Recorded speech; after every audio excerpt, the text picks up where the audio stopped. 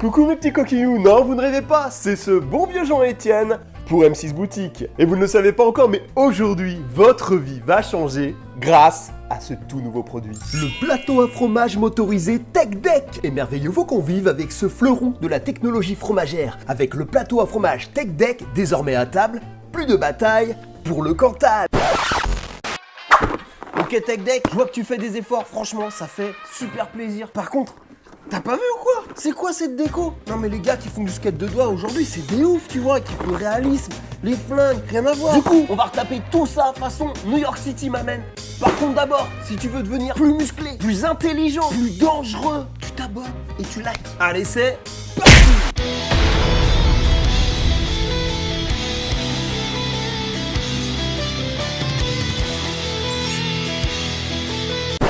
Ok l'équipe, on va commencer par jeter un coup d'œil à ce module TechDeck, se prépare à en mettre un maximum au pied des sapins. Et ces tables tournantes, vous pouvez me croire, vous allez en entendre parler. D'ailleurs, il y a bientôt du beau monde qui va en parler, vous verrez. Je tenais au passage à remercier la prod d'avoir pensé à moi pour travailler avec eux. C'était pas possible pour moi maintenant, mais c'est partie remise, ça c'est sûr. Et je suis sûr que vous allez faire un taf de malade. De mon côté, évidemment, j'ai testé ce module avant de le transformer et je vous dirai ce que j'en pense dans cette vidéo. Bon après, vous vous doutez qu'au niveau du design, je peux pas laisser ça comme ça, je vais lui appliquer un gros coup de peinture et je vais aussi l'accessoiriser. Et comme toujours, tout ce que vous me voyez faire ici, c'est à la portée de toutes et tous. Faut juste un max de déter. La nouvelle gamme TechDeck contient tous ces trous compatibles avec leur module. Je veux un rendu plus réaliste. Du coup, je vais commencer par les reboucher.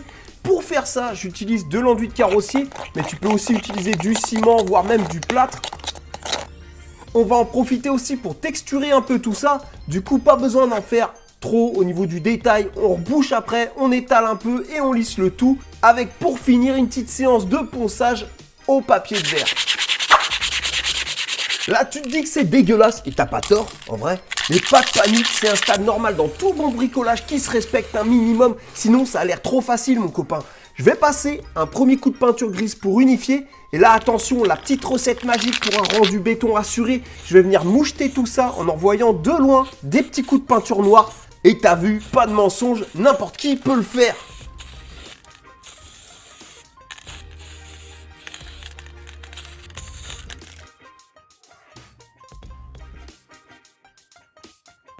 Je vais maintenant fabriquer un décor pour le centre du plateau, je vais faire un genre de square. Et pour faire ça, je vais détourner des objets de la maison avec un couvercle de bocal en métal et cet égouttoir qui peut faire une jolie barrière. Je vais découper tout ça à l'aide de ma fidèle scie à métaux et je vais finir le boulot à la pince coupante dès que possible. Je vais finalement passer un petit coup de lime sur les découpes parce que les finitions, mon copain, c'est toujours important. Perso, dès que j'ai vu ce module TechDeck, j'ai eu envie d'y mettre un bon gros rail circulaire des familles, sauf que bah c'est bien relou à faire. Du coup, je suis passé chez Action pour acheter ce plateau, qui est juste idéal pour un projet de finger skatepark. On va faire exactement la même chose que pour les gouttoirs, et regarde-moi ça, le tour est joué, c'est nickel. Là, on passe aux choses sérieuses, je veux rajouter de la contenance à l'ensemble et le meilleur moyen de faire ça, c'est de contraster les couleurs et les textures du mobilier urbain. Un grand classique, c'est la brique orange. Je vais utiliser de la pâte Fimo et un tampon pour ajouter un muret de briques à mon square.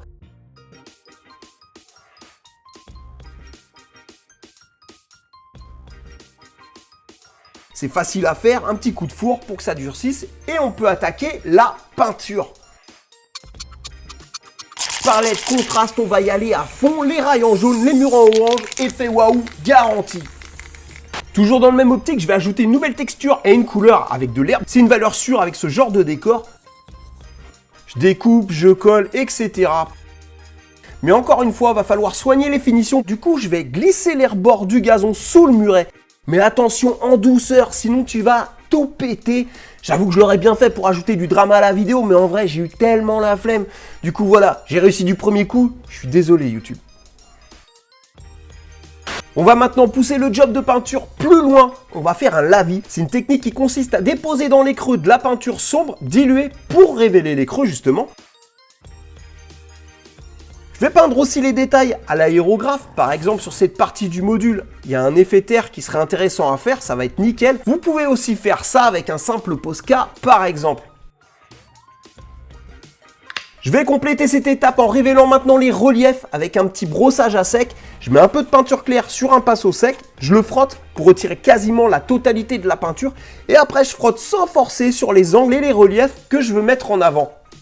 Je vais réutiliser ces techniques sur tous mes éléments pour avoir un rendu bien homogène, c'est hyper important. Je vais aussi rentrer dans la matrice à l'aide de mes super skills d'informaticien pour créer à l'aide d'un super ordinateur qui veut détruire le monde des pancartes et des stickers. Et je vais vous donner un petit trick peinture sponsorisé par les céréales Croque Noisette Bio, l'équipe. Tu prends la boîte en carton recyclé, tu la découpes, tu colles la feuille et là tu fais du sale en commençant par métalliser le panneau. Puis avec du marron et du orange, on va faire un effet rouille bien classe.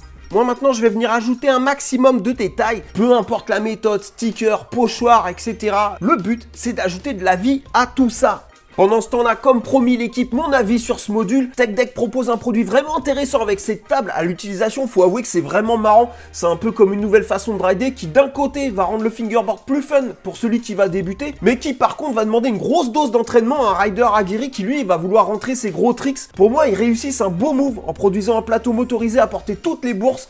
Et c'est clair que depuis un moment, ils mettent les bouchées doubles en faisant progresser leur gamme et c'est de plus en plus possible de se mettre au fingerboard sans faire un emprunt chez le banquier. Et ça, c'est vraiment cool. Allez, juste avant de vous révéler le résultat, on accueille les nouveaux supporters. Big up à Donato et à Anthony. Un gros merci pour votre soutien les gars, merci beaucoup. Je vous laisse avec une petite surprise l'équipe et on se retrouve bientôt dans une prochaine vidéo.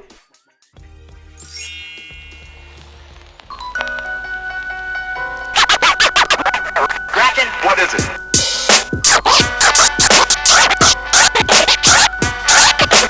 Je connais le Kung Fu. Prouve-le-moi. Bienvenue dans le désert du réel.